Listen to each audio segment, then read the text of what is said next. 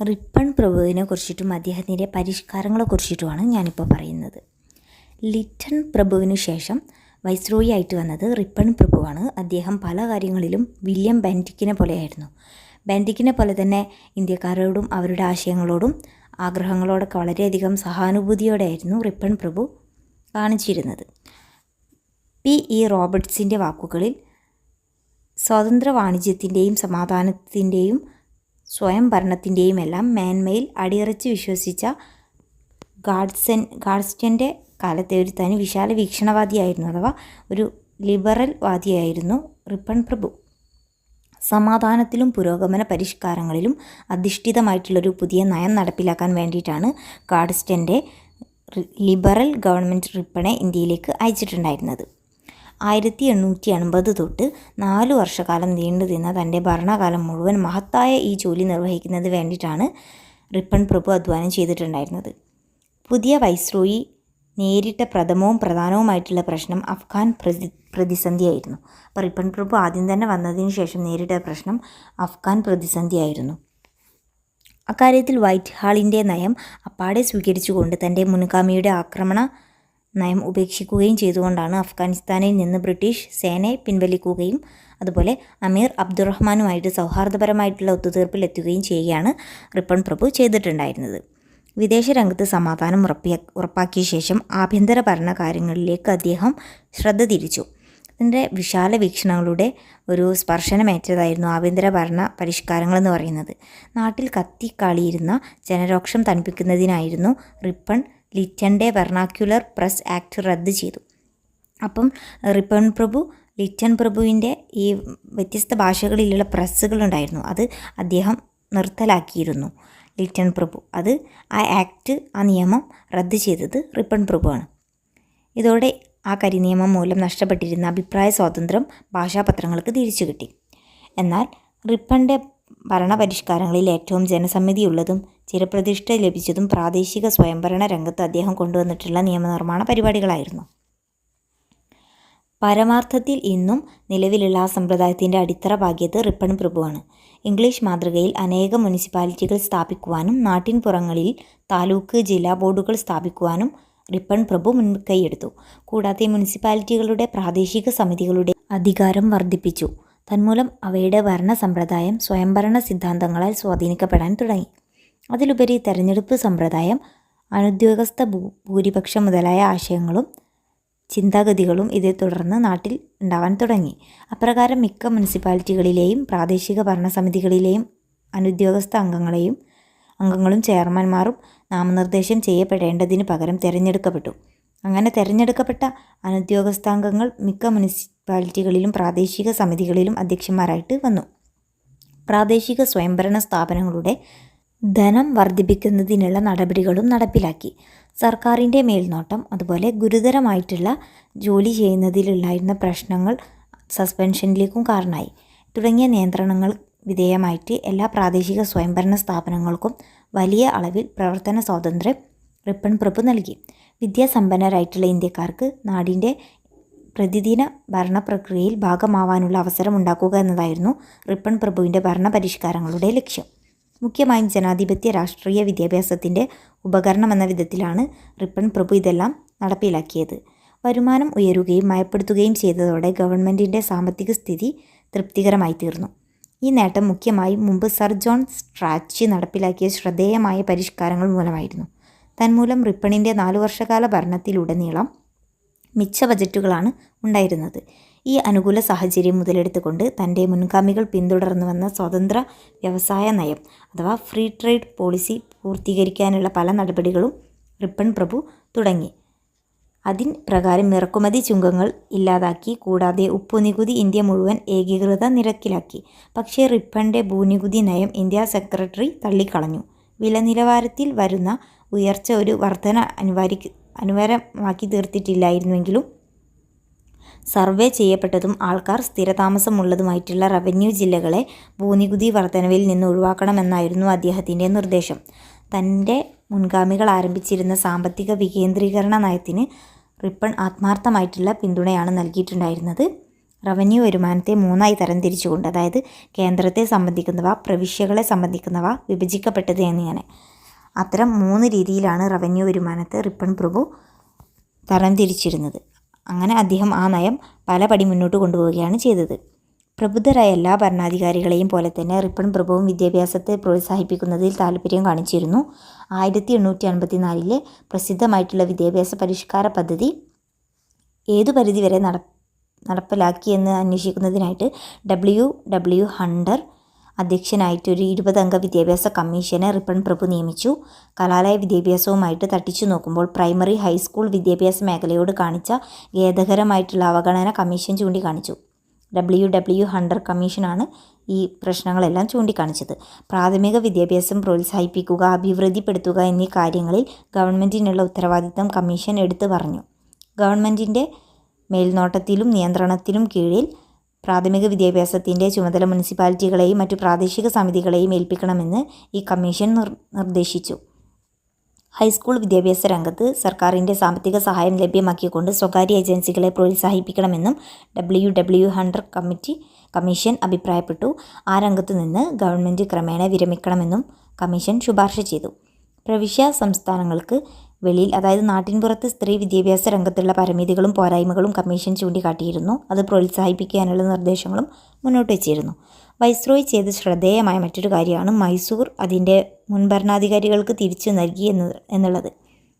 സ്ഥാനഭ്രഷ്ടരാക്കപ്പെട്ട മുൻ രാജാവിൻ്റെ ദത്തുപുത്രനായിട്ടുള്ള രാജകുമാരന് പ്രായപൂർത്തിയാകുമ്പോൾ മൈസൂർ തിരിച്ചു കൊടുക്കാനുള്ള തീരുമാനം ബ്രിട്ടീഷ് ഗവൺമെൻറ് നേരത്തെ തന്നെ എടുത്തിരുന്നു. ഈ സംഭവം 1881 നടന്നത്.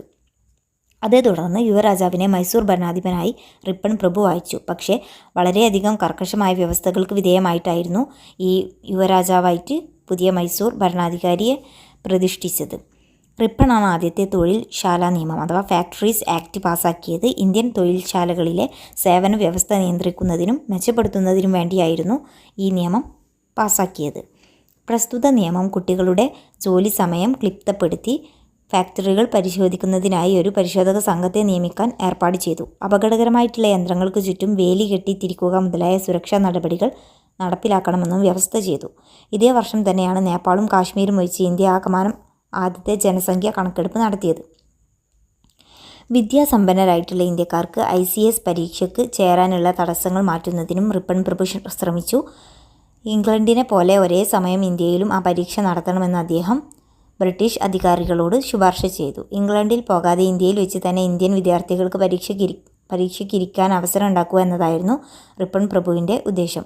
എന്നാൽ റിപ്പണിൻ്റെ നിർദ്ദേശം ബ്രിട്ടീഷ് അധികാരികൾ സ്വീകരിച്ചില്ല. പരീക്ഷ എഴുതാനുള്ള ഉയർന്ന പ്രായപരിധി 18 എന്ന് നിജപ്പെടുത്തിയിരിക്കുന്നത് 21 ആക്കി വർദ്ധിപ്പിക്കണമെന്ന് ബ്രിട്ടീഷ് ഗവൺമെൻറ്റിനോട് അദ്ദേഹം ആവശ്യപ്പെട്ടു.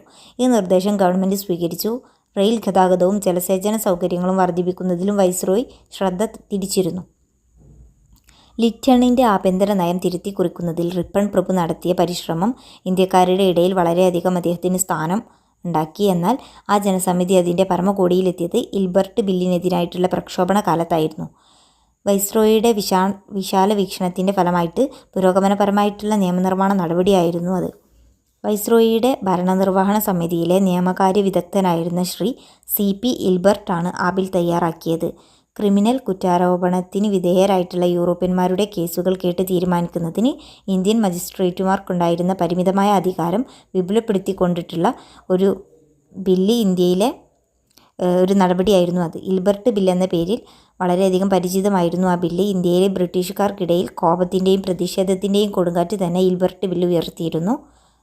നിലവിലുള്ള നിയമത്തിൽ ഏതെങ്കിലും മാറ്റം വരുത്തുന്നതിന് അവർ എതിർക്കുകയും റിപ്പണെ പരസ്യമായിട്ട് അപമാനിക്കുകയും അദ്ദേഹത്തെ ബലമായി ഇന്ത്യയിൽ നിന്ന് തട്ടിക്കൊണ്ടു പോകാനുള്ള ഗൂഢാലോചന വരെ ഇന്ത്യയിലുണ്ടായിരുന്ന ഇംഗ്ലീഷുകാർ നടത്തുകയും ചെയ്തിരുന്നു.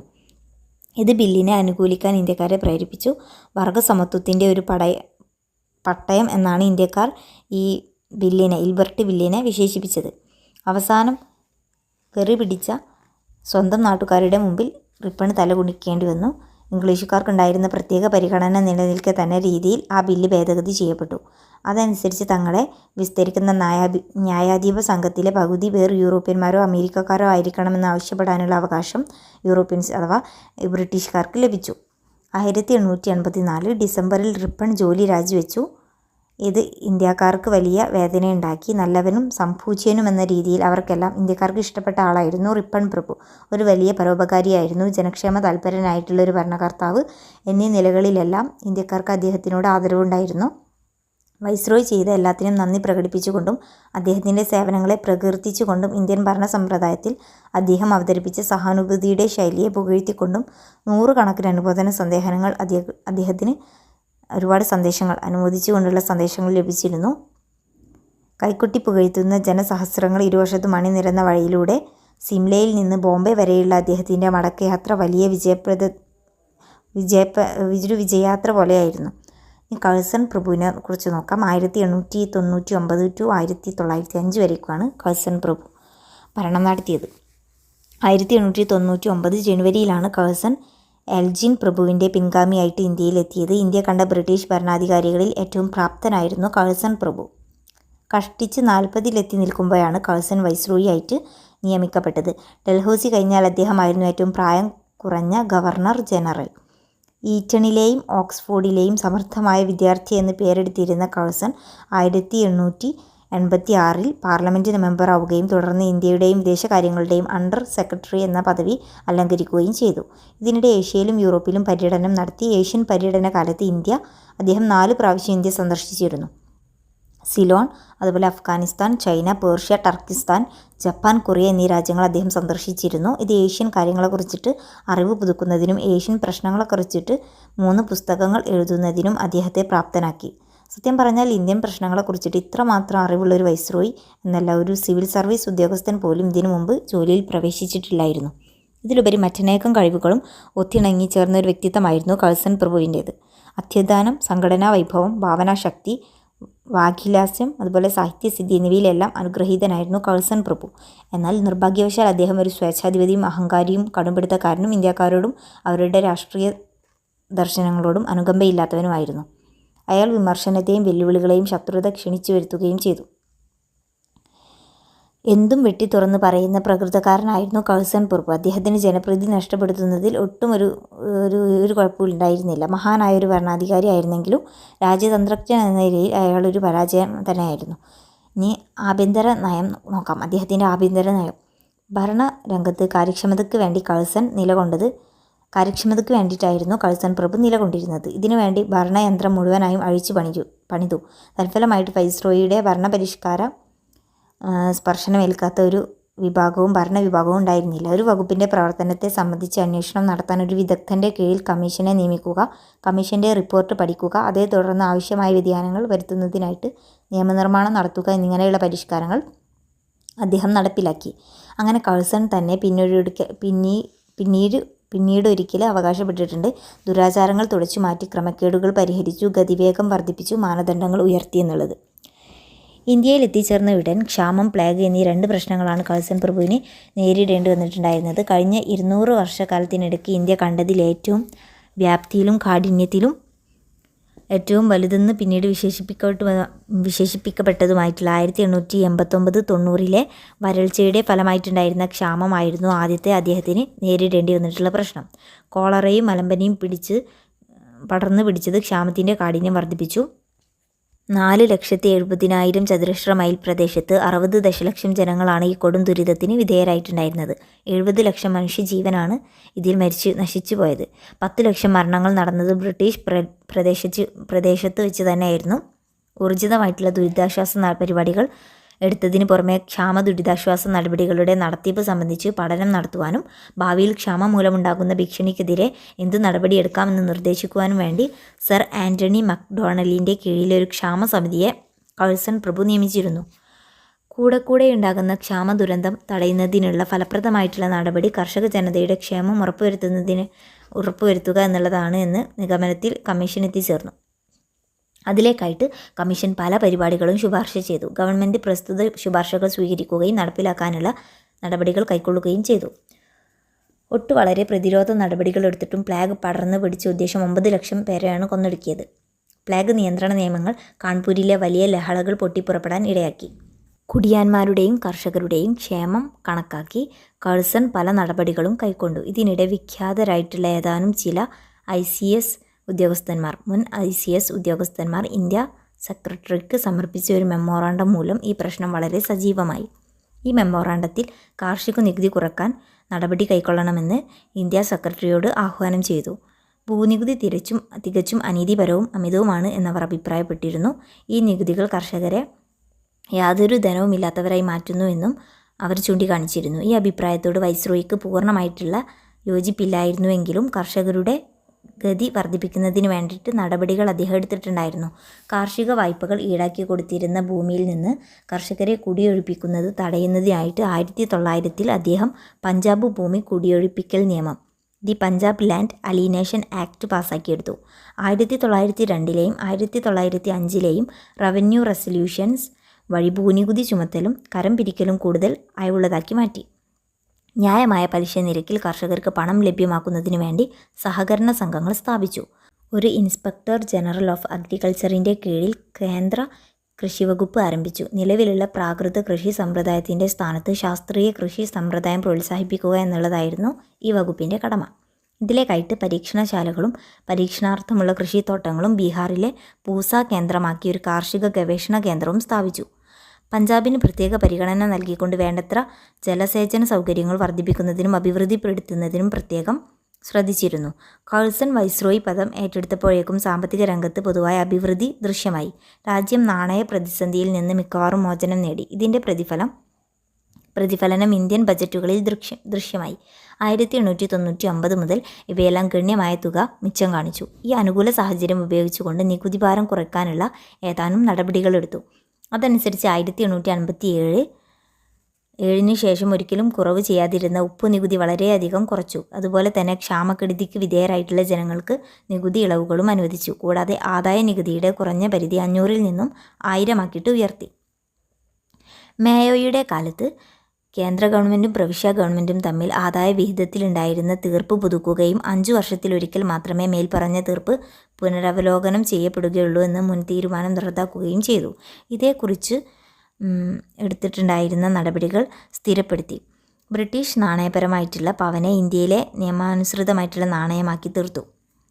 വിനിമയ നിരക്കനുസരിച്ച് ഒരു പവൻ 15 ഇന്ത്യൻ രൂപയ്ക്ക് തുല്യമായിരുന്നു. പോലീസ് വകുപ്പാണ് ഒട്ടും പ്രശംസ അർഹമല്ലാത്ത ഘടകമെന്ന് കഴ്സൺ പ്രഭു മനസ്സിലാക്കി. അതുകൊണ്ട് പോലീസ് വകുപ്പിൻ്റെ പ്രവർത്തനത്തെക്കുറിച്ചിട്ട് പഠിക്കുന്നതിന് സർ ആൻഡ്രൂ ഫ്രേസറുടെ കീഴിൽ പോലീസ് കമ്മീഷനെ നിയോഗിച്ചു. വിശദമായിട്ടുള്ള അന്വേഷണത്തിന് ശേഷം 1903 കമ്മീഷൻ റിപ്പോർട്ട് സമർപ്പിച്ചു. എല്ലാ പോലീസ് ഉദ്യോഗസ്ഥന്മാർക്കും ശമ്പള വർധനവ് നൽകണമെന്ന് കമ്മീഷൻ ശുപാർശ ചെയ്തു. ഉയർന്ന തസ്തികകളിലേക്ക് നേരിട്ട് നിയമനം നടത്തുക, ഓഫീസർമാർക്കും പോലീസുകാർക്കും പരിശീലനം നൽകുന്നതിനായിട്ട് ട്രെയിനിങ് സ്കൂളുകൾ സ്ഥാപിക്കുക, ഒരു കേന്ദ്ര കുറ്റാന്വേഷണ വിഭാഗം രൂപീകരിക്കുക തുടങ്ങിയ ശുപാർശകളെല്ലാം ഗവൺമെൻറ് സ്വീകരിക്കുകയും നടപ്പിലാക്കുകയും ചെയ്തു. സൈന്യാധിപനായിരുന്ന കിച്നർ പ്രഭു ഇന്ത്യൻ സൈന്യത്തെ പുനഃസംഘടിപ്പിച്ചു. അതിൻ പ്രകാരം തദ്ദേശീയരായിട്ടുള്ള പട്ടാളക്കാരെ പുനരായുധവൽക്കരിച്ചു. പീരങ്കി സേനയ്ക്ക് മുന്തിയ ഇനം തോക്കുകൾ ലഭ്യമാക്കി ട്രാൻസ്പോർട്ട് വിഭാഗത്തെ പൂർണ്ണമായിട്ട് പുനഃസംഘടിപ്പിച്ചു. രാജകുടുംബങ്ങളിലെയും കുലീന കുടുംബങ്ങളിലെയും ചെറുപ്പക്കാരെ സൈനിക സേവനത്തിന് പ്രാപ്തരാക്കുക എന്ന ലക്ഷ്യത്തോടെ 1901 ഇംപീരിയൽ കാഡറ്റ് കോർപ്സ് സ്ഥാപിച്ചു. യുദ്ധസേവനത്തിനായി ഇന്ത്യൻ പട്ടാളക്കാരെ വിദേശ രാജ്യങ്ങളായ ചൈന, സൊമാലിലാൻഡ്, തെക്കേ ആഫ്രിക്ക എന്നിവിടങ്ങളിലേക്ക് അയച്ചു. കുർമ്മബുദ്ധിയായിട്ടുള്ളൊരു ചരിത്ര പഠിതാവും പുരാവസ്തു വിജ്ഞാനത്തിൽ അപാരമായിട്ടുള്ള താല്പര്യമുള്ള ആളായിരുന്നു കഴ്സൺ പ്രഭു. തന്മൂലം അതീതകാലത്തെ തകർന്നുകൊണ്ടിരുന്ന അവശിഷ്ടങ്ങൾ എന്ന് വിവരിക്കപ്പെടുന്ന ചരിത്ര സ്മാരകങ്ങളുടെ സംരക്ഷണത്തിനായിട്ട് അദ്ദേഹം ഒരുപാട് നടപടികൾ സ്വീകരിച്ചു. പഴയ കെട്ടിടങ്ങളുടെയും ചരിത്ര സ്മാരകങ്ങളുടെയും കേടുപാടുകൾ പോക്കുവാനും അവയുടെ പുനരുദ്ധാരണത്തിനും സംരക്ഷണത്തിനും വേണ്ടിയിട്ട് 1904 പുരാതന ചരിത്ര സ്മാരക സംരക്ഷണ നിയമം, ആൻഷ്യൻ മോണ്യുമെൻറ്റ്സ് പ്രിസർവേഷൻ ആക്ട് അദ്ദേഹം ആരംഭിച്ചു. ആർക്കിയോളജിക്കൽ ഡയറക്ടർ ജനറലിൻ്റെ തസ്തിക സൃഷ്ടിച്ച ആ സ്ഥലത്തേക്ക് എക്കാലത്തെയും ഏറ്റവും വിഖ്യാതനായിട്ടുള്ള പുരാവസ്തു ഗവേഷകരിൽ ഒരാളായിട്ടുള്ള ജോൺ മാർഷലിനെ നിയമിച്ചു. പ്രാചീന ഇന്ത്യ ചരിത്രത്തിനും പുരാവസ്തു ഗവേഷണത്തിനും പിൽക്കാലത്ത് അദ്ദേഹം നൽകിയ സേവനം വിലതീരാത്തതാണ്. ഇദ്ദേഹം നൽകിയത് നമ്മുടെ ജോൺ മാർഷൽ. കൂടാതെ പുരാതന ചരിത്ര സ്മാരകങ്ങൾ സംരക്ഷിക്കുന്നതിനുള്ള നടപടികൾ എടുക്കാൻ വൈസ്രോയി നാട്ടുരാജാക്കന്മാരെ പ്രേരിപ്പിച്ചിരുന്നു. അതീത കാലാവശിഷ്ടങ്ങളുടെയും പ്രദർശനത്തിനും രക്ഷാകരമായിട്ടുള്ള സൂക്ഷിപ്പിനും വേണ്ടിയിട്ട് കാഴ്ച ബംഗ്ലാവുകൾ തുറക്കണമെന്നും അദ്ദേഹം പ്രവിശ്യ ഗവൺമെൻറ്റുകളോട് ആവശ്യപ്പെട്ടു. റെയിൽവേ, ജലസേചനം എന്നിവയുടെ വികസനം ത്വരിതപ്പെടുത്തുവാൻ കഴ്സൺ പ്രഭു ശ്രദ്ധിച്ചിരുന്നു. രണ്ടിനും വേണ്ടി ഒരു തുക ചെലവഴിച്ചു.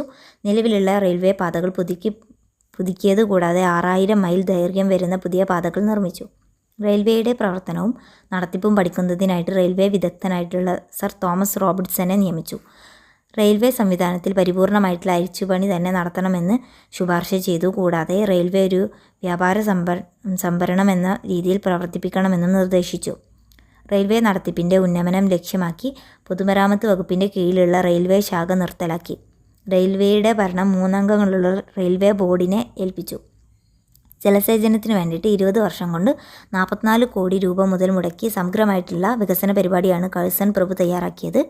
ജലസേചന സൗകര്യമുള്ള ഭൂമിയുടെ വ്യാപ്തി 6.5 ദശലക്ഷം ഏക്കറാക്കി വികസിപ്പിക്കുക എന്നുള്ളതായിരുന്നു അതിൻ്റെ ലക്ഷ്യം. സർ കോളിൻ സ്കോട്ട് മോൺക്രിഫ് അധ്യക്ഷനായിട്ടുള്ള ഒരു കമ്മീഷൻ സമർപ്പിച്ച റിപ്പോർട്ടിൻ്റെ അടിസ്ഥാനത്തിലാണ് ഈ പദ്ധതി തയ്യാറാക്കപ്പെട്ടത്. അതനുസരിച്ചിട്ട് പഞ്ചാബിൽ ഭാരിച്ച മുതൽ മുടക്കുള്ള പുതിയ ജലസേചന പദ്ധതികൾ തുടങ്ങുകയും അവയിൽ ഏതാനും ചിലതിൻ്റെ നിർമ്മാണം പൂർത്തിയാക്കുകയും ചെയ്തു. ഗവർണർ ജനറലിൻ്റെ ഭരണനിർവഹണ സമിതിയിലെ വിശേഷ അംഗത്തിൻ്റെ അധ്യക്ഷതയിൽ വാണിജ്യ വ്യവസായ കാര്യങ്ങൾക്കുള്ള ഒരു പുതിയ വകുപ്പ് സ്ഥാപിച്ചു. നീതിന്യായ വകുപ്പിൻ്റെ പ്രവർത്തനം മെച്ചപ്പെടുത്തുവാനും കഴ്സൺ പ്രഭു നടപടികളെടുത്തു. അതനുസരിച്ച് സിവിൽ പ്രൊസീഡിയർ കോഡ് പുതുക്കി പണിതു. കേസുകളുടെ തീർപ്പ് ത്വരിതപ്പെടുത്തുന്നതിനായി ജഡ്ജിമാരുടെ എണ്ണം വർദ്ധിപ്പിച്ചു. എല്ലാ കോടതികളിലെയും ഹൈക്കോടതികളിലെയും കീഴ്ക്കോടതികളിലെയും ജഡ്ജിമാരുടെ സാലറി വർദ്ധിപ്പിച്ചു. രാജ്യത്തെ വിദ്യാഭ്യാസ സമ്പ്രദായം, പ്രത്യേകിച്ച് ഉന്നത വിദ്യാഭ്യാസം അഭിവൃദ്ധിപ്പെടുത്താൻ കഴ്സൺ ഒരു തീവ്രയജ്ഞം തന്നെ നടത്തിയിരുന്നു. അതിനുവേണ്ടി വൈസ്രോയിയുടെ കൗൺസിലിലെ നിയമകാര വിദഗ്ധനായിരുന്ന സർ തോമസ് റാലി ചെയർമാനായി വിദ്യാഭ്യാസ കമ്മീഷനെ നിയമിച്ചു. ഇംഗ്ലീഷുകാർ മാത്രമാണ് ആ സമിതിയിൽ ഉണ്ടായിരുന്നത്. കമ്മീഷൻ്റെ അഭിപ്രായത്തിൽ അന്നത്തെ വിദ്യാഭ്യാസ സമ്പ്രദായം കൃത്രിമവും വലിയ രീതിയിൽ വഴി പിഴച്ചതുമായിരുന്നു. അതുകൊണ്ട് അവർ പല മാറ്റങ്ങളും ശുപാർശ ചെയ്തു. അതിൻ്റെ ഫലമായിട്ടാണ് 1904 ഇന്ത്യൻ യൂണിവേഴ്സിറ്റീസ് ആക്ട് പാസ്സാക്കപ്പെട്ടത്. യൂണിവേഴ്സിറ്റികളുടെ ഭരണസമിതികളായ സെനറ്റിനെയും സിൻഡിക്കേറ്ററിനെയും പുനഃസംഘടിപ്പിച്ച ആ സമിതികൾ ഗവൺമെൻറ് നിയന്ത്രണത്തിൽ കൊണ്ടുവരിക എന്നുള്ളതായിരുന്നു ആക്ടിൻ്റെ മുഖ്യ ലക്ഷ്യം. കൂടാതെ കോളേജുകളുടെ അഫിലിയേഷൻസ്, ഡിസ്അഫിലിയേഷൻസ് തുടങ്ങിയ കാര്യങ്ങളിൽ അന്തിമ തീരുമാനമെടുക്കാൻ ആക്ട് ഇന്ത്യ ഗവൺമെൻറ്റിനെ അധികാരപ്പെടുത്തി. അധികാരം നൽകുന്നതിന് പകരമായിട്ട് അഫിലിയേറ്റഡ് കോളേജുകളുടെ ഭരണത്തിൽ കർശനമായിട്ടുള്ള നിയന്ത്രണങ്ങൾ ഏർപ്പെടുത്തുവാനും ആക്ടിൽ വ്യവസ്ഥ ചെയ്തിരുന്നു. കഴ്സൻ്റെ വിദ്യാഭ്യാസ പരിഷ്കാരങ്ങൾ ദേശീയവാദികളുടെ രൂക്ഷമായിട്ടുള്ള എതിർപ്പിന് വിധേയമായി. സർവകലാശാലകളുടെയും കലാലയങ്ങളുടെയും ആഭ്യന്തര ഭരണാധികാരം നശിപ്പിച്ച് വെറും ഗവൺമെൻറ് വകുപ്പുകളുടെ സ്ഥാനത്തേക്ക് താഴ്ത്തി എന്നുള്ളതായിരുന്നു ഇന്ത്യക്കാരുടെ പരാതി. ഇന്ത്യക്കാർക്കിടയിൽ കഴ്സന് വളരെയധികം ദുഷ്കീർത്തിയായിരുന്നു ഉണ്ടായിരുന്നത്. അതിന് ഈ നടപടി കാരണമായി. വൈസ്രോയി പാസാക്കിയ അനിഷ്ടകരമായിട്ടുള്ള മറ്റൊരു നിയമ നടപടിയായിരുന്നു 1899 കൽക്കത്ത കോർപ്പറേഷൻ ആക്ട്. ആ നിയമം കോർപ്പറേഷനിലെ തെരഞ്ഞെടുക്കപ്പെടുന്ന അംഗങ്ങളുടെ സംഖ്യ ഗണ്യമായിട്ട് കുറച്ചിരുന്നു. ഇത് കോർപ്പറേഷനിൽ ഔദ്യോഗിക ഭൂരിപക്ഷം, ഒഫീഷ്യൽ മെജോറിറ്റി സൃഷ്ടിക്കാനുള്ള ഹീനമായ ഒരു നടപടിയായി ജനങ്ങൾ കരുതി. അതുകൊണ്ട് തന്നെ അവരതിനെ എതിർത്തു. അതിൽ പ്രതിഷേധിച്ച് ഇന്ത്യക്കാരായിട്ടുള്ള അംഗങ്ങൾ രാജിവെച്ചെങ്കിലും കഴ്സൺ തീരുമാനത്തിൽ ഉറച്ചു തന്നെ നിന്നു. 1905 വളരെ പ്രകോപനപരമായിട്ടുള്ള നടപടി കഴ്സൺ പ്രഭു സ്വീകരിച്ചു. ബംഗാൾ വിഭജനം. ബംഗാളിൻ്റെ കിഴക്കും വടക്കുമുള്ള ജില്ലകളെ ആസാമിൽ ലയിപ്പിച്ച് കിഴക്കൻ ബംഗാളും ആസാമും എന്ന ഒരു പുതിയ പ്രവിശ്യ ഉണ്ടാക്കി. ബംഗാളിൻ്റെ പടിഞ്ഞാറൻ ജില്ലകളെ ബീഹാറും ഒറീസയുമായിട്ട് കൂടിച്ചേർത്ത് ബംഗാൾ പ്രവിശ്യ ഉണ്ടാക്കി. ബംഗാളികൾ അതിനെ വളരെ വലിയ രീതിയിൽ എതിർത്തു. ഹിന്ദുക്കൾക്കും മുസ്ലിങ്ങൾക്കും ഇടയിൽ ഭിന്നിപ്പിൻ്റെ വിത്തുപാകാനും ബംഗാളികളുടെ ദേശീയ ബോധത്തെ ക്ഷയിപ്പിക്കുവാനും വേണ്ടി ഗവൺമെൻറ് കരുതിക്കൂടി നടത്തിയ തന്ത്രമാണെന്നാണ് ഇന്ത്യക്കാർ കരുതിയത്. ബംഗാളിലെ ആൾക്കാർ കരുതിയത്. ബംഗാളിൻ്റെ വിഭജനം ബംഗാളിൽ മാത്രമല്ല ഇന്ത്യ മുഴുവൻ ദേശീയബോധം ആളിക്കത്തിക്കുന്നതിന് കാരണമായി. അവസാനം ജനഹിതത്തിന് കീഴടങ്ങുവാനും വിഭജനം റദ്ദു ചെയ്യാനും ബ്രിട്ടീഷ് ഗവൺമെൻറ് നിർബന്ധിതമായി. എന്നാൽ 1901 ചീഫ് കമ്മീഷണറുടെ കീഴിൽ വടക്കു പടിഞ്ഞാറ് അതിർത്തി പ്രവിശ്യ രൂപീകരിച്ചത് ബുദ്ധിപൂർവമായിട്ടുള്ള നടപടിയായിട്ട് എല്ലാവരും അംഗീകരിച്ചു. സിന്ധു നദിക്കക്കരെ കിടക്കുന്ന പഞ്ചാബിലെ ജില്ലകൾ സമീപസ്ഥമായ ബ്രിട്ടീഷ് അധീശതയിലുണ്ടായിരുന്ന ഗിരിവർഗ പ്രദേശങ്ങളുമായിട്ട് ലയിപ്പിച്ചാണ് അത് രൂപവൽക്കരിപ്പിച്ചത്. അതുപോലെ സൈന്യാധിപനായിരുന്ന കിച്ച്നർ പ്രഭുവുമായിട്ട് പട്ടാളത്തിൻ്റെ പുനഃസംഘടന സംബന്ധിച്ചിട്ടുണ്ടായ അഭിപ്രായ വ്യത്യാസം കഴ്സൻ്റെ രാജിയിൽ കലാശിച്ചു. വൈസ്രോയിയുടെ കൗൺസിലിൻ്റെ സൈനികാംഗത്തിൻ്റെ തസ്തിക റദ്ദാക്കണമെന്ന് കിച്ച്നർ ആവശ്യപ്പെട്ടു. ആ തസ്തിക സൈന്യാധിപൻ്റെ തസ്തികയിൽ ലയിപ്പിക്കണമെന്ന് അദ്ദേഹം ആവശ്യപ്പെട്ടു. അങ്ങനെ ഗവൺമെൻറ്റിൻ്റെ സൈനിക കാര്യങ്ങളിൽ ഉപദേശിക്കുന്നതിൻ്റെ ചുമതല പട്ടാളത്തലവന് മാത്രമാകും. അത് പട്ടാള ദുഷ്പ്രഭുത്വത്തിന് വഴി തെളിക്കുമെന്ന് പറഞ്ഞ കഴ്സണും അദ്ദേഹത്തിൻ്റെ കൗൺസിലും അതിനെ എതിർത്തു. ഇക്കാര്യം ബ്രിട്ടീഷ് ഗവൺമെൻറ് നടത്തിയ അനുരഞ്ജന നിർദ്ദേശം കഴ്സൺ സ്വീകാര്യമായിട്ട് തോന്നി. എന്നാൽ കുറച്ച് കഴിഞ്ഞിട്ട് ബ്രിട്ടീഷ് ഗവൺമെൻറ് ഈ വിഷയത്തിൽ കിച്ച്നർ പ്രഭുവിനെ പിന്താങ്ങുന്നുവെന്ന് തോന്നിയപ്പോൾ അദ്ദേഹം ജോലി രാജിവെച്ചു. 1905 നാട്ടിലേക്ക് മടങ്ങി. വിദേശ നയം. കഴ്സൻ്റെ വിദേശ നയത്തിന് മാർഗമായിരുന്നത് അദ്ദേഹത്തിൻ്റെ സാമ്രാജ്യത്യ വീക്ഷണമായിരുന്നു. ഭൂരാഷ്ട്രത്തിൽ അഥവാ ജിയോ പൊളിറ്റിക്സിൽ നിപുണനായിരുന്ന അദ്ദേഹം മറ്റു യൂറോപ്യൻ രാഷ്ട്രങ്ങളെ, പ്രത്യേകിച്ച് റഷ്യയെ ഇന്ത്യൻ അതിർത്തികളിൽ നിന്നും അകറ്റി നിർത്തണമെന്ന് ആഗ്രഹിച്ചു. അയവില്ലാത്ത നയമാണ് കഴ്സൺ ഇക്കാര്യത്തിൽ പിന്തുടർന്നത്. അതുകൊണ്ട് മിക്കപ്പോഴും വൈസ്രോയിയുടെ അഭിപ്രായത്തോട് ബ്രിട്ടീഷ് ഗവൺമെൻറ്റിന് പരിപൂർണമായിട്ടുള്ള യോജിപ്പില്ലായിരുന്നെങ്കിലും അവർ പിന്താങ്ങാൻ നിർബന്ധിതരായി. ഒരു സാമ്രാജ്യത്തിൻ്റെ വിദേശ നയത്തിന് അനുസൃതമായിട്ടാണ് അദ്ദേഹം ഇന്ത്യയുടെ വിദേശ നയം കഴ്സൻ്റെ കീഴിൽ രൂപീകരിക്കപ്പെട്ടതും നടപ്പിലാക്കിയതും. ലോകമെമ്പാടും പരന്നു കിടക്കുന്ന ബ്രിട്ടീഷ് സാമ്രാജ്യത്തിൻ്റെ ഒരു ബന്ധനം എന്ന കാഴ്ചപ്പാടാണ് ഒരനുബന്ധം എന്ന കാഴ്ചപ്പാടിന് പകരം ഇന്ത്യക്ക് അതിൻ്റേതായിട്ടുള്ള വിദേശ നയത്തിന് അവകാശമുണ്ടെന്ന് കഴ്സൺ പ്രഭു വിശ്വസിച്ചു. കഴ്സൻ്റെ വിദേശ നയം പ്രധാനമായും വടക്കു പടിഞ്ഞാറൻ അതിർത്തി പ്രവിശ്യ, അഫ്ഗാനിസ്ഥാൻ, പേർഷ്യ, ടിബറ്റ് എന്നീ പ്രദേശങ്ങളെ കേന്ദ്രീകരിച്ചു കൊണ്ടുള്ളതായിരുന്നു. ഇതിൽ വടക്കു പടിഞ്ഞാറൻ ഗിരിവർഗ പ്രദേശത്തിൻ്റെ ക്രമവൽക്കരണത്തിന് അഥവാ സെറ്റിൽമെൻറ്റിന് അദ്ദേഹം ശ്രദ്ധ കൂടുതൽ കൊടുത്തു. 1899 കഴ്സൺ ഭരണഭാരം ഏറ്റെടുത്തപ്പോൾ വടക്കു പടിഞ്ഞാറൻ അതിർത്തി പ്രദേശങ്ങളിലെ ഗിരിവർഗക്കാരും ഗവൺമെൻറ്റും തമ്മിലുള്ള ബന്ധം ഭയങ്കരമായിട്ട് ശത്രുതാപരമായിരുന്നു. 1898 ടൈറ സൈനിക നടപടി കഴിഞ്ഞിട്ട് കഷ്ടിച്ചൊരു വർഷമേ അപ്പോൾ ആയിട്ടുണ്ടായിരുന്നുള്ളൂ. ബ്രിട്ടീഷ് അതിർത്തി രേഖക്കപ്പുറത്തുള്ള ഗിരിവർഗ പ്രദേശത്ത് 10,000-ഓളം വരുന്ന വൻ സൈന്യം നിലനിന്നിരുന്നു. ഗിരിവർഗക്കാരുടെ അടിച്ചമർത്തൽ ലക്ഷ്യമാക്കിയുള്ള ആക്രമണ നയത്തിലായിരുന്നു അദ്ദേഹമെങ്കിലും സമീപകാലത്ത് അതിർത്തി നയത്തിൽ മാറ്റം വരുത്തുവാൻ കഴ്സൺ തീരുമാനിച്ചു. അതനുസരിച്ച് ഗിരിവർഗ പ്രദേശത്തെ ബ്രിട്ടീഷ് സേനയെ പിൻവലിക്കാൻ അദ്ദേഹം ആജ്ഞ നൽകി. അവരുടെ സ്ഥാനത്ത് ബ്രിട്ടീഷുകാരാൽ പരിശീലിക്കപ്പെട്ടതും അതുപോലെ തന്നെ അദ്ദേഹത്തിൻ്റെ കീഴിലുള്ളതുമായിട്ടുള്ള ഗിരിവർഗ സേനയെ നിലനിർത്താൻ തന്നെ അദ്ദേഹം തീരുമാനിച്ചു. ഗിരിവർഗ പ്രദേശത്തിൻ്റെ കവാടങ്ങളെ താഴെയുള്ള സമതലങ്ങളുമായിട്ട് ബന്ധിപ്പിച്ചുകൊണ്ട് തന്ത്രപ്രധാനമായ റെയിൽവേകളും അദ്ദേഹം നിർമ്മിച്ചു. അതുപോലെ തന്നെ ഗിരിവർഗ പ്രദേശത്തുള്ള റോഡുകളുടെ ശൃംഖല അദ്ദേഹം ഉണ്ടാക്കി. ഇത് സംഘടന സമയത്ത് പോലീസിൻ്റെയും പട്ടാളത്തിൻ്റെയും നീക്കം റോഡുകളെല്ലാം സുഗമമാക്കി കൊടുത്തു. കൂടാതെ ഗിരിവർഗ പ്രദേശത്തേക്ക്, ഗിരിവർഗം എന്ന് പറയുമ്പോൾ നമ്മൾ പറയുന്ന ട്രൈബ്സിൻ്റെ പ്രദേശത്തേക്ക് ആയുധങ്ങളും വെടിക്കോപ്പുകളും കടത്തുന്നത് നിയന്ത്രിക്കുവാനും തീരുമാനിച്ചു. അങ്ങനെ അദ്ദേഹം മലകൾക്ക് താഴെയുള്ള സമതല പ്രദേശത്ത് ജീവിക്കുന്ന ജനങ്ങളെ ഗിരിവർഗ ആക്രമണങ്ങളിൽ നിന്നും സംരക്ഷിക്കാൻ വേണ്ടിയിട്ട് പ്രത്യേക പോലീസ് സേനയെ തന്നെ നിയോഗിച്ചു. എല്ലാറ്റിനും ഉപരിയായിട്ട് ഗിരിവർഗ പ്രദേശത്ത് നിന്ന് പിൻവലിച്ച ബ്രിട്ടീഷ് സൈന്യത്തെ അതിർത്തിക്കടുത്ത് തന്നെ നിലനിർത്തി. ഗിരിവർഗക്കാരുടെ ആഭ്യന്തര കാര്യങ്ങളിൽ താൻ ഇടപെടുകയില്ല, പക്ഷേ അവർ ബ്രിട്ടീഷ് ഇന്ത്യൻ അതിർത്തി ലംഘിച്ചാൽ സഹിക്കുകയില്ല എന്നും കഴ്സൺ ബോധ്യപ്പെടുത്തി. 1901 വടക്കു പടിഞ്ഞാറൻ അതിർത്തി പ്രവിശ്യ സൃഷ്ടിച്ചുകൊണ്ട് വൈസ്രോയി അതിർത്തി നയത്തിന് വിജയം ഉണ്ടാക്കി. അങ്ങനെ സിന്ധു നദിക്കക്കരെ കടക്കുന്ന പഞ്ചാബിൻ്റെ ഏതാനും ജില്ലകൾ ബ്രിട്ടീഷ് അധീനതയിലുള്ള പ്രദേശങ്ങളുമായിട്ട് കൂട്ടിച്ചേർത്താണ് ഇത് അദ്ദേഹം രൂപീകരിച്ചത്. ഇന്ത്യ ഗവൺമെൻറ്റിനോട് നേരിട്ട് ഉത്തരവാദിത്തമുള്ള ചീഫ് കമ്മീഷണർ ആയിരുന്നു ഈ പ്രവിശ്യയുടെ ഭരണാധികാരി. നേരത്തെ അതിർത്തി ജില്ലകൾ പഞ്ചാബിലെ ലഫ്റ്റനൻറ്റ് ഗവർണറുടെ നിയന്ത്രണത്തിലായിരുന്നു. ഇന്ത്യ ഗവൺമെൻറ്റിന് നേരിട്ട് അവരുടെ മേൽ നിയന്ത്രണം ഉണ്ടായിരുന്നില്ല. കഴ്സൻ്റെ വടക്കു പടിഞ്ഞാറൻ അതിർത്തി നയം വളരെ വിജയകരമായിരുന്നു. 1901 ഉണ്ടായിരുന്ന ചെറിയ സംഘടന വെച്ചാൽ 20 വർഷക്കാലത്തേക്ക് ഗിരിവർഗ പ്രദേശങ്ങൾ സംഘടനകളിൽ നിന്നും മോചിതമായിരുന്നു. അഫ്ഗാനിസ്ഥാനുമായിട്ടുള്ള കഴ്സൻ്റെ ബന്ധം വളരെ അധികം സൗഹാർദ്ദപരമായിരുന്നു. വടക്കു പടിഞ്ഞാറൻ അതിർത്തിയിലുടനീളം ശാന്തത അമീർ അബ്ദുറഹ്മാനുമായിട്ടുള്ള ബന്ധം അഭിവൃദ്ധിപ്പെടുത്താൻ കഴ്സൺ പ്രഭുവിനെ പ്രാപ്തനാക്കി. 1897-98 കാലഘട്ടങ്ങളിൽ ഇന്ത്യ ഗവൺമെൻറ് ഗിരിവർഗക്കാരുമായിട്ട് യുദ്ധത്തിലായിരുന്നപ്പോൾ അവരുടെ പക്ഷം പിടിക്കാതെ അമീർ വലിയ ആത്മനിയന്ത്രണം പാലിച്ചിരുന്നു. വളരെയധികം ബുദ്ധിമുട്ടുകൾ സഹിച്ചാണ് ഇങ്ങനെ ചെയ്യാൻ അദ്ദേഹത്തിന് സാധിച്ചത്. കാരണം സ്വന്തം ജനങ്ങൾ തന്നെ ഗിരിവർഗക്കാരോട് വളരെയധികം അനുകമ്പയുള്ളവരായിരുന്നു. കൂടാതെ ഗിരിവർഗക്കാർ സഹായ അഭ്യർത്ഥനയും നടത്തിയിരുന്നു. എന്നാൽ അബ്ദുറഹ്മാൻ്റെ മരണത്തെ തുടർന്നത് 1901 അമീറായിട്ടുള്ള അബ്ദുറഹ്മാൻ മരിച്ചത്. ഇംഗ്ലീഷ് അഫ്ഗാൻ ബന്ധങ്ങളിൽ പിരിമുറുക്കങ്ങളുണ്ടായി. പുതിയ അമീർ ഹബീബുള്ള ബ്രിട്ടീഷുകാർ തൻ്റെ പിതാവുമായിട്ട് ഒപ്പിട്ട കരാറിനെ സംബന്ധിച്ച് വിരുദ്ധ അഭിപ്രായക്കാരനായിരുന്നു. അതൊരു മുൻ അമീറും ഗവൺമെൻറ്റും തമ്മിലുള്ള ഉടമ്പടി ആയതുകൊണ്ട് പുതിയ അമീറിൻ്റെ സ്ഥാനാഹരണത്തെ തുടർന്നിട്ട് പുതുക്കി പണിയണമെന്നായിരുന്നു ഇന്ത്യ ഗവൺമെൻറ്റിൻ്റെ അഭിപ്രായം. ആ കരാർ 2 രാഷ്ട്രങ്ങൾ തമ്മിലായതുകൊണ്ട് പുതിയ ഭരണാധികാരികളുടെ സ്ഥാനാരോഹണത്തെ തുടർന്ന് പുതുക്കേണ്ട ആവശ്യമില്ല എന്നതായിരുന്നു ഹബീബുള്ളയുടെ വാദഗതി. കൂടാതെ പഴയ ഉടമ്പടി പ്രകാരം തനിക്ക് അവകാശപ്പെട്ട വാർഷിക സാമ്പത്തിക സഹായവും അദ്ദേഹം വാങ്ങിയിട്ടുണ്ടായിരുന്നില്ല. എന്നാൽ 1904 ഈ പ്രശ്നത്തിന് പരിഹാരം ഉണ്ടായി.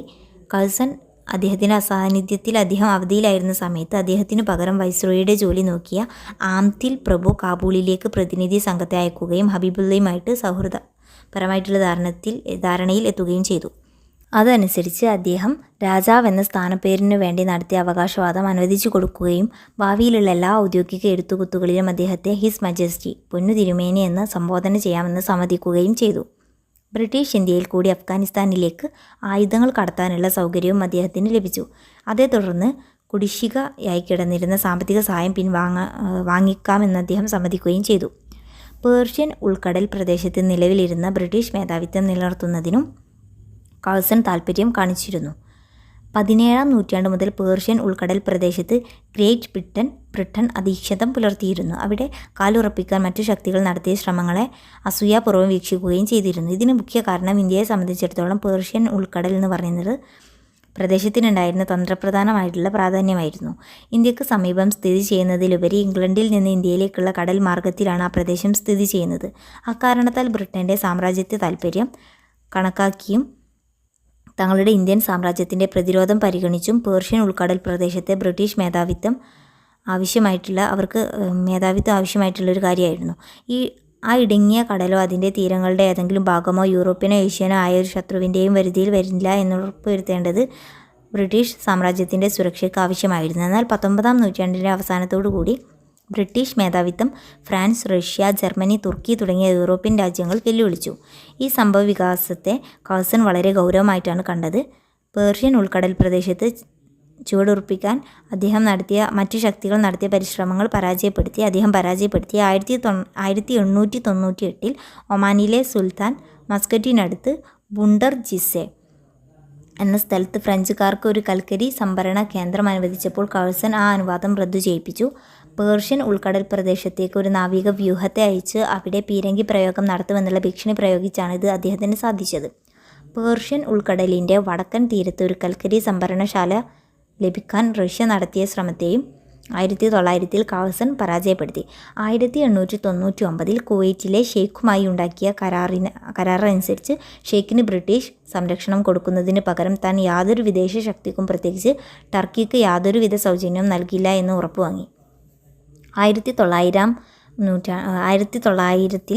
ബർലിൻ ബാഗ്ദാദ് റെയിൽവേയുടെ ടെർമിനസ് നിർമ്മിക്കാനായിട്ട് കുവൈറ്റിൽ ഒരു സ്ഥലം കിട്ടാൻ ജർമ്മനി ശ്രമിച്ചപ്പോൾ ആ ആവശ്യം ഷെയ്ഖ് ബ്രിട്ടീഷുകാരുടെ നിർദ്ദേശപ്രകാരം നിരസിച്ചു. മറ്റേതെങ്കിലും ശക്തികൾ പേർഷ്യൻ ഉൾക്കടൽ പ്രദേശത്ത് നാവിക സങ്കേതങ്ങളിലും ശക്തി കേന്ദ്രങ്ങളും സ്ഥാപിക്കുന്നതിന് ബ്രിട്ടീഷ് താൽപ്പര്യത്തിനെതിരായ ഒരു ഭീഷണിയായിട്ട് കണക്കാക്കണമെന്നും അങ്ങനെയുള്ള ഏത് പരിശ്രമവും തങ്ങളുടെ മാക്സിമം കഴിവ് ഉപയോഗിച്ചിട്ട് എതിർക്കുമെന്നും ബ്രിട്ടീഷ് വിദേശകാര്യമന്ത്രി ലാൻസ്ഡൗൺ പ്രഭു നടത്തിയ പ്രഖ്യാപനത്തിൽ ചുവടുപിടിച്ച് 1903 കഴ്സൺ പേർഷ്യൻ ഉൾക്കടൽ പ്രദേശം സന്ദർശിച്ചു. ഈ പ്രഖ്യാപനവും അതേ തുടർന്ന് വൈസ്രോയി പേർഷ്യൻ ഉൾക്കടൽ പ്രദേശത്ത് നടത്തിയ സന്ദർശനവും പേർഷ്യ കൈവശപ്പെടുത്തുവാൻ റഷ്യ നടത്തിയ ശ്രമം വിജയകരമായി ചെറുക്കുവാൻ ഗ്രേറ്റ് ബ്രിട്ടനെ പ്രാപ്തയാക്കിയിട്ട് മാറ്റി. ഇനി സീസ്റ്റാൻ എന്ന് പറഞ്ഞിട്ടുള്ള പ്രദേശത്ത് റഷ്യ പേർഷ്യൻ അതിർത്തി വേർതിരിക്കുന്നതിനായി കഴ്സൺ പേർഷ്യയിലേക്ക് ഒരു അതിർത്തി നിർണയ കമ്മീഷനെ അയച്ചു. കൂടാതെ തെക്കുകിഴക്കൻ പേർഷ്യയിൽ തന്ത്രപ്രധാനമുള്ള റെയിൽവേ നിർമ്മിക്കുവാനും പേർഷ്യൻ തുറമുഖങ്ങളിലും രാജ്യത്തിനകത്തുള്ള വ്യാപാര കേന്ദ്രങ്ങളിലും കോൺസുലേറ്റുകൾ സ്ഥാപിക്കുവാനും തീരുമാനിച്ചു. തെക്കൻ പേർഷ്യയിൽ റഷ്യൻ സ്വാധീനം വ്യാപിപ്പിക്കുന്നതിന് വിജയകരമായിട്ട് തടയാനുള്ള നടപടികൾ അദ്ദേഹം ഉണ്ടാക്കി. 1907 ആംഗ്ലോ റഷ്യൻ ഉടമ്പടി പേർഷ്യയെ 2 സ്വാധീന മേഖലകളായിട്ട് വിഭജിച്ചു. അതനുസരിച്ച് വടക്കൻ പേർഷ്യ റഷ്യയുടെയും തെക്കൻ പേർഷ്യ ഇംഗ്ലണ്ടിൻ്റെയും നിയന്ത്രണത്തിൽ വന്നു. ഇതൊക്കെയായിട്ടും പേർഷ്യയുടെ അഖണ്ഡതയും രാഷ്ട്രീയ സ്വാതന്ത്ര്യവും ഇംഗ്ലണ്ടിനും റഷ്യക്കും ആദരിക്കാനുള്ള ബാധ്യസ്ഥതയുണ്ടായിരുന്നു. കഴ്സൻ്റെ വിദേശ നയത്തിലെ ഏറ്റവും ശ്രദ്ധേയവും വിവാദപരവുമായിട്ടുള്ള സംഭവം 1903-1904 കാലഘട്ടത്തിലുണ്ടായിട്ടുള്ള ടിബറ്റൻ സൈനിക പര്യടനം, ടിബറ്റൻ എക്സ്പെഡീഷൻ ആയിരുന്നു. ഹിമാലയത്തിൽ നിന്ന് വടക്കോട്ട് നീണ്ടു കിടക്കുന്ന ഒരു മധ്യേന്ത്യൻ പീഠഭൂമിയാണ് ടിബറ്റ്. അതിൻ്റെ തെക്കും പടിഞ്ഞാറും അതിരുകൾ ഹിമാലയത്താലും കിഴക്കും വടക്കും അതിരുകൾ ചൈനയുടെ പ്രദേശങ്ങൾ കൊണ്ടും റഷ്യൻ ടർക്കി സ്ഥാനത്താലും ചുറ്റപ്പെട്ടിരിക്കുന്നു. 18-ാം നൂറ്റാണ്ട് മുതൽ ടിബറ്റ് നാമമാത്രമായിട്ട് ചൈനയുടെ ആശ്രിത രാജ്യമായിരുന്നു. ദലൈലാമ എന്നു പേരുള്ള വൈദിക രാജാവിനാൽ ഭരിക്കപ്പെട്ട ഒരു സ്വതന്ത്ര രാജ്യമായിരുന്നു ടിബറ്റ്. ബ്രിട്ടീഷ് തിബറ്റൻ ബന്ധം തുടങ്ങുന്നതിന് വാറൻ ഹേസ്റ്റിങ്സിൻ്റെ കാലം മുതൽക്കാണ് ഇത് സ്റ്റാർട്ട് ചെയ്യുന്നത്. ടിബറ്റുമായിട്ടുള്ള വാണിജ്യ ബന്ധം മെച്ചപ്പെടുത്തുന്നതിലേക്കായിട്ട് 1774-75 കാലഘട്ടങ്ങളിൽ അഥവാ 18-ാം നൂറ്റാണ്ടിൻ്റെ അവസാന കാലഘട്ടങ്ങളിൽ വാറൻ ഹേസ്റ്റിങ്സ് സർ ജോർജ് ബോഗിളിനെ ലാസായിലേക്ക് അയച്ചു. ഇത് ലാസ ഗവൺമെൻറ്റും ബ്രിട്ടീഷ് ഇന്ത്യൻ ഗവൺമെൻറ്റുമായിട്ട് സൗഹൃദ ബന്ധം സ്ഥാപിക്കാൻ കാരണമായി. 1783 സാമുവൽ ഡേണർ എന്ന മറ്റൊരു നയതന്ത്ര പ്രതിനിധിയെ ഹേസ്റ്റിങ്സ് ലാസായിലേക്ക് അയച്ചു. പക്ഷേ അദ്ദേഹത്തോടുള്ള ടിബറ്റുകാരുടെ പ്രതികരണം തണുപ്പനായിരുന്നു. പിന്നീട് ഒരു നൂറ്റാണ്ടിലേറെ കാലം അവർക്ക് ബ്രിട്ടീഷ് ഇന്ത്യയുമായിട്ട് യാതൊരു ബന്ധവും ഉണ്ടായിരുന്നില്ല. എന്നാൽ 1887 അവരൊരു ബ്രിട്ടീഷ് സംരക്ഷണ പ്രദേശമായിരുന്ന സിക്കിമിനെ ആക്രമിച്ചു. അടുത്ത വർഷം അവർ അവിടെ നിന്ന് നാശനഷ്ടങ്ങളോടെ തിരിച്ചു ഓടിപ്പോയി. അങ്ങനെ 1890-ലും 1893-ലും ഒപ്പുവെക്കപ്പെട്ട അതിർത്തി കരാറുകളും വാണിജ്യ ഉടമ്പടികളും അവർ ചൈനയുടെ പിൻബലത്തോടെ സൗകര്യപൂർവ്വം അവഗണിച്ചു. കഴ്സൺ പ്രഭു ഇന്ത്യയുടെ ഭരണം ഏറ്റെടുത്തപ്പോൾ ഇന്ത്യയും ടിബറ്റുമായിട്ടുള്ള ബന്ധം സമ്പൂർണ്ണമായിട്ടുള്ള സ്തംഭനാവസ്ഥയിലായിരുന്നു. എന്നാൽ ദലൈലാമ ഡോർജിഫ് എന്നുപേരുള്ള റഷ്യൻ ചാരൻ്റെ സ്വാധീനത്തിലാണെന്നും റഷ്യ ചൈനയുമായി ഉണ്ടാക്കിയ ഒരു രഹസ്യ ഉടമ്പടി പ്രകാരം ടിബറ്റിൽ ചില പ്രത്യേക ആനുകൂല്യങ്ങൾ നേടിയിട്ടുണ്ടെന്നുള്ള ശക്തമായ കിംവദന്തി കഴ്സനെ അലോസരപ്പെടുത്തി. ഇത് ഇന്ത്യക്കെതിരായിട്ട് ഭീഷണിയായിട്ടല്ല, ഏഷ്യയിലെ ബ്രിട്ടീഷ് പ്രശസ്തിക്കേറ്റ അടിയായിട്ടാണ് കഴ്സൺ കണക്കാക്കിയത്. ടിബറ്റിലേക്കുള്ള റഷ്യൻ നുഴഞ്ഞുകയറ്റം തടയാനായിട്ട് കേണൽ യങ് ഹസ്ബൻഡിൻ്റെ കീഴിൽ അദ്ദേഹം ഒരു ദൗത്യ സംഘത്തെ അങ്ങോട്ടേക്ക് അയക്കാനുള്ള അനുമതി ബ്രിട്ടീഷ് ഗവൺമെൻറ്റിൽ നിന്നും നേടി.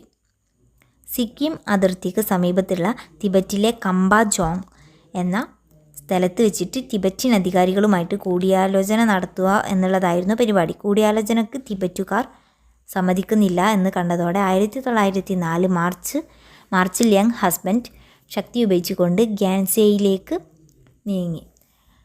ഇതിനിടയ്ക്ക് ഗുരു എന്ന സ്ഥലത്ത് വെച്ചിട്ട് തിബറ്റുകാരെ അദ്ദേഹം പരാജയപ്പെടുത്തിയിരുന്നു. ഗ്യാൻസേയിലെത്തിയ ശേഷം ദലൈലാമ കൂടിയാലോചനയ്ക്ക് സന്നദ്ധനല്ല എന്ന് ബ്രിട്ടീഷ് യുദ്ധപര്യടന സംഘം മനസ്സിലാക്കി. അതേ തുടർന്ന് തിബറ്റൻ തലസ്ഥാനമായിട്ടുള്ള ലാസയിലേക്ക് മുന്നേറാനുള്ള നിർദ്ദേശം യങ് ഹസ്ബൻഡിന് നൽകി. 1904 ഓഗസ്റ്റിൽ അദ്ദേഹം അവിടെ എത്തി. ഇതിനോടകം ഇംഗ്ലീഷുകാരുമായിട്ട് കൂടിയാലോചന നടത്താൻ തൻ്റെ പ്രതിനിധിയെ ഏൽപ്പിച്ചിട്ട് ദലൈലാമ അവിടെ നിന്ന് ഓടിപ്പോയിരുന്നു. അതേ തുടർന്ന് 1904 സെപ്റ്റംബറിൽ ഒരു കരാർ ഒപ്പുവെക്കപ്പെട്ടു. അതനുസരിച്ച് 25 ലക്ഷം രൂപ നഷ്ടപരിഹാരമായി കൊടുക്കാമെന്ന് തിബറ്റുകാർ സമ്മതിച്ചു. കൂടാതെ ഇന്ത്യയും തിബറ്റുമായിട്ടുള്ള വാണിജ്യത്തെ പ്രോത്സാഹിപ്പിക്കുന്നതിന് വേണ്ടി തിബറ്റിൽ കടകമ്പോളങ്ങൾ തുറക്കാമെന്നും സമ്മതിച്ചു. ഗ്യാൻസേയിൽ ഒരു ബ്രിട്ടീഷ് റെസിഡൻറ്റിനെ നിർത്താൻ സമ്മതിക്കാമെന്നും തിബറ്റുകാരുടെ വിദേശ നയം ബ്രിട്ടീഷുകാരുടെ നിയന്ത്രണത്തിന് വിധേയമായി നടത്താമെന്നും അവർ സമ്മതിച്ചു. പിന്നീട് ബ്രിട്ടീഷ് ഗവൺമെൻറ് ഈ വ്യവസ്ഥകളിൽ പലതും ഭേദഗതി ചെയ്തു. അവ വളരെ കർക്കശമായിട്ടുള്ളതാണെന്നും യങ് ഹസ്ബൻഡ് തനിക്ക് ലഭിച്ചിരുന്ന അധികാരം മറികടന്ന് പ്രവർത്തിച്ചു എന്നൊക്കെയുള്ള ഉപശാന്തിയുടെ അടിസ്ഥാനത്തിലാണ് അങ്ങനെ ചെയ്തത്. യങ് ഹസ്ബൻഡ് ലാസയുടെ മുഖാവരണം മാറ്റിയെങ്കിലും അദ്ദേഹം ടിബറ്റുകാരുമായി ഉണ്ടാക്കിയ കരാറിൻ്റെ രാഷ്ട്രീയ പ്രാധാന്യം അതൊപ്പുവെച്ച് ഏറെ താമസിയാതെ തന്നെ നഷ്ടപ്പെട്ടു. ഈ കരാർ ഒപ്പിട്ട് 3 വർഷത്തിനു ശേഷം ആ രാജ്യവുമായിട്ടുള്ള രാഷ്ട്രീയ ബന്ധം ചൈന മാർഗം നടത്തുവാനും ടിബറ്റിൻ്റെ ആഭ്യന്തര കാര്യങ്ങളിൽ കൈകടത്താതിരിക്കാനും ഗ്രേറ്റ് ബ്രിട്ടനും റഷ്യയും തമ്മിൽ സമ്മതിച്ചു. 1907 ആംഗ്ലോ റഷ്യൻ ഉടമ്പടിയാണ് ഇങ്ങനെ വ്യവസ്ഥ ചെയ്തത്. അനാവശ്യമായ ഉത്കണ്ഠയും ആവശ്യവും കാണിച്ചു എന്ന കാരണത്താൽ പേർഷ്യനെയും തിബറ്റിനെയും സംബന്ധിച്ച് കഴ്സൻ്റെ കാഴ്ചപ്പാടിനോട് ഗവൺമെൻറ്റിന് പൂർണ്ണമായിട്ടുള്ള മതിപ്പുണ്ടായിരുന്നില്ല എന്നത് ഒരു കാര്യമാണ്.